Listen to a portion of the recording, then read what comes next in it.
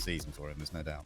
Yeah, another big crash as well at Saudi Arabia, because he repeated that the year before as well. But wishing them all the best nonetheless. Haas with good form around that track. But yeah, Ben, you touched on those track changes. Let's dive into that now, shall we? We return to Australia after 2019, and that was the beginning of it all, wasn't it? The global pandemic we then found ourselves in. It seems like a lifetime ago, doesn't it? But we do return. It's great for the calendar. It's great for Formula One. Great for Australia. What are your thoughts as we return to Melbourne? And can you take us through some of the... Oh, someone's dropped something. And if you could take us through some of the changes to the track. Yeah, well, it's great to be going the cars, seeing them around the Albert Park track in Melbourne. It really is going to be a good one. Been a great track for Ferrari over the years. They've had 5 poles, 8 wins there in the past. Red Bull have not had such a good time. They haven't had a pole in the hybrid era at all. Their only victory came pre-hybrid. That was back in 2011. Mercedes, of course, have rather... dominated, although I say dominated, Ferrari have had recent wins, 17 and 18. So, the fact that Ferrari have been strong, even when they weren't ultimately battling for the championship all the way through those years, is definitely a good one. I think the modifications to the track are going to be interesting because, we've commentated on this plenty of times in the past, and there hasn't been much overtaking, to be fair. It's always been an interesting racetrack in a way. It's a street circuit, but not much overtaking. So what they've done is they've opened up the back section of the track a lot. They've got rid of a chicane, so it's going to be fast sweeping bit on the back of the lake. You've still got to go through this left-right, very fast left-right sequence, and you're heading down to what used to be turn 13. It's now become turn 11 because they've dropped a couple of the earlier corners, and they're trying to make that the big overtaking area. They've actually extended the straight slightly into it, but then tightened the corner itself, and it's a good prospect. I always thought that corner, even in its old days, we'd see more overtaking than we did there. We'd see the very occasional one. I think it's the right corner to sort of aim at, which it's a good plan they've come up with. Whether we're going to see a lot of overtaking is another question. They've got 4 DRS zones, and after looking at the DRS incidents that were going on in Saudi between Verstappen and Leclerc, you sort of wonder, how's that going to work? But you don't have the lengths of straights that you have in Saudi. So it is interesting. I think hopefully it is going to open up a bit more overtaking. I'd love to see just a bit more, and I'm really pleased they've made these changes. The track's resurfaced. You're going to have a different balance on the tyres. Pirelli have brought along a bit more of a gap between tyres as well. So there is actually a lot to look at this weekend, a lot to assess for us and for the teams, particularly, who are trying to get out there and win. So it is a good one to look forward to, I have to say. Certainly, and Lewis, Ben brings up the fact they've got 4 DRS zones out in Australia this weekend, and DRS was the talk of the town last time in Saudi Arabia. We've actually had a question come as well from Peter saying, DRS is plain unsporting. The excitement needs to be real, though. But right now, I don't think Formula One can really live without DRS.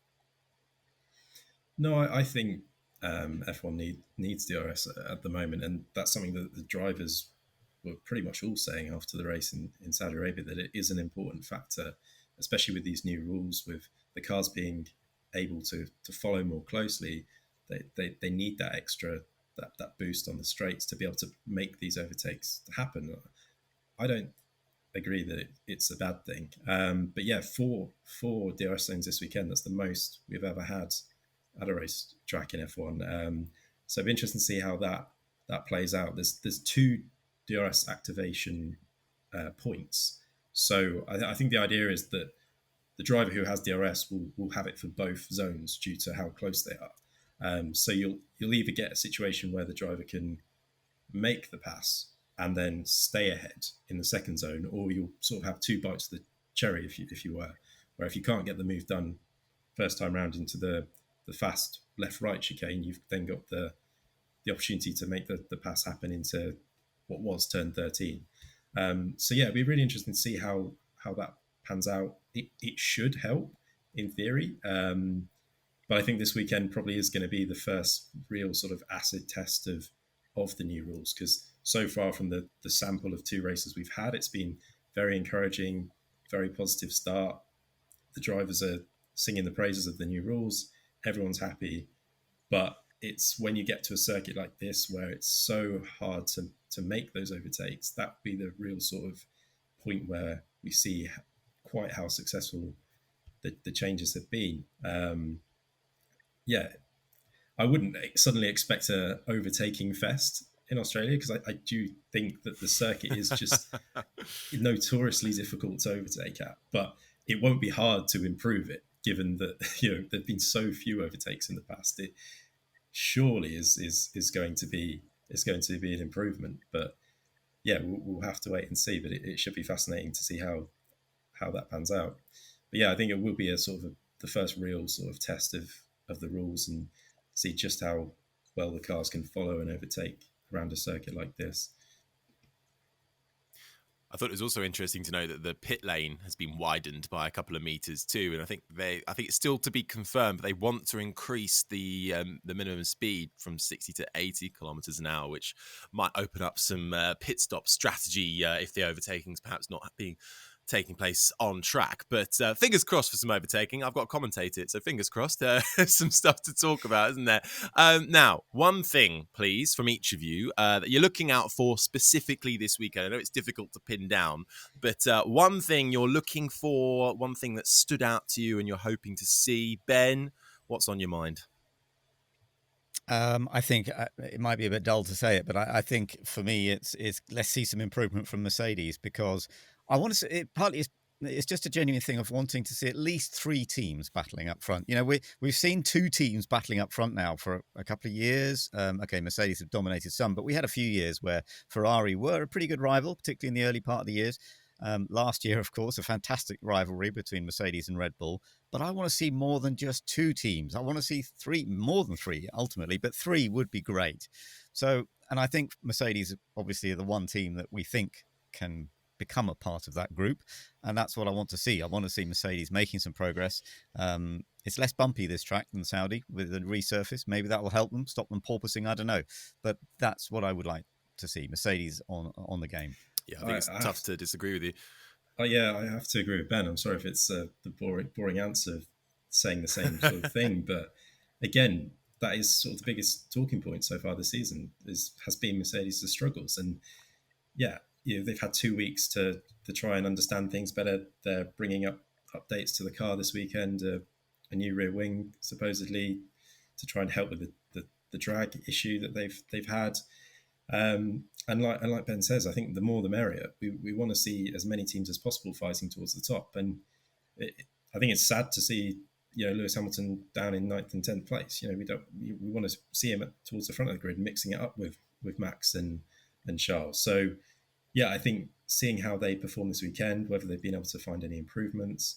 It is a track that historically they've gone very well at. Maybe not in terms of race wins, but Lewis has got 7 or 8 poles around Albert Park or something like that. So I think, yeah, to see how they perform this weekend, are they going to be able to close the gap at all?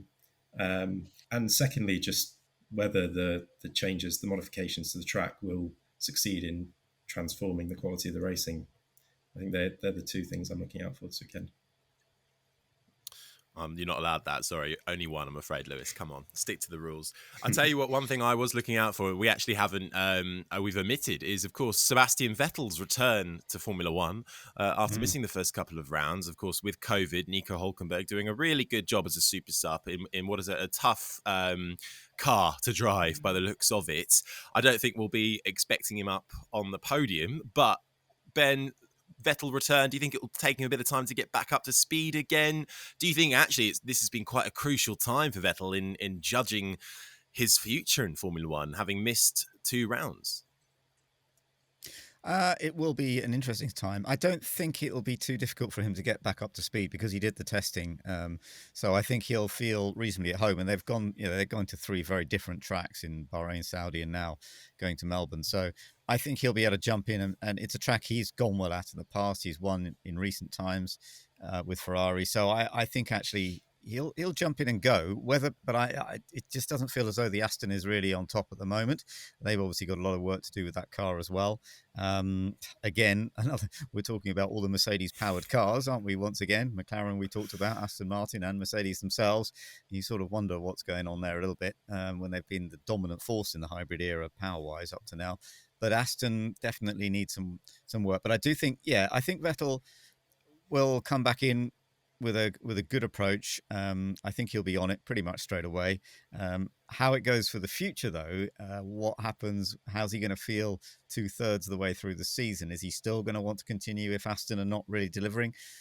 Will they have promises for next year? That is going to be an interesting one. Yeah. Well, I suppose my other thought, Lewis, was just, he's had 2 races out. If he hasn't missed racing, does that affect, how he's thinking for the rest of the year too? Because he's getting on a bit, although clearly still more than capable than driving. But, if he can't find a competitive seat, I can't imagine he'll want to continue racing and potentially consider retirement. Yeah, it's a good point.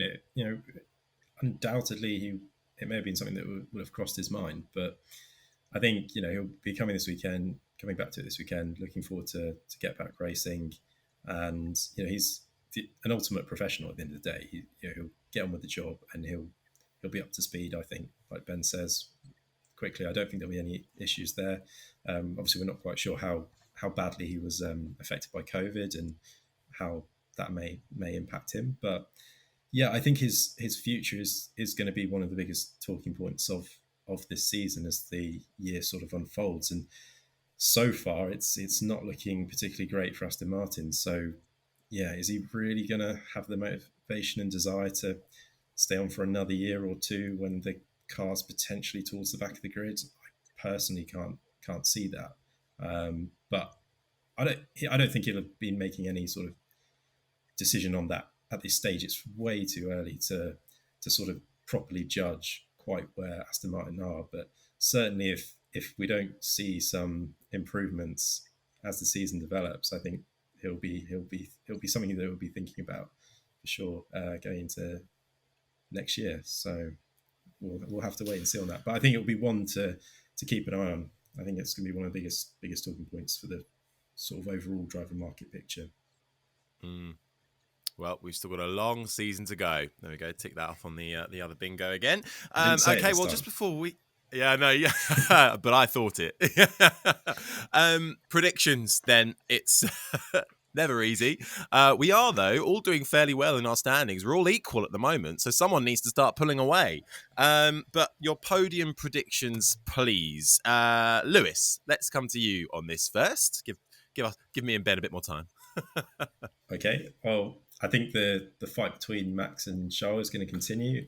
This weekend, I'm going to say Leclerc to win with Verstappen in second.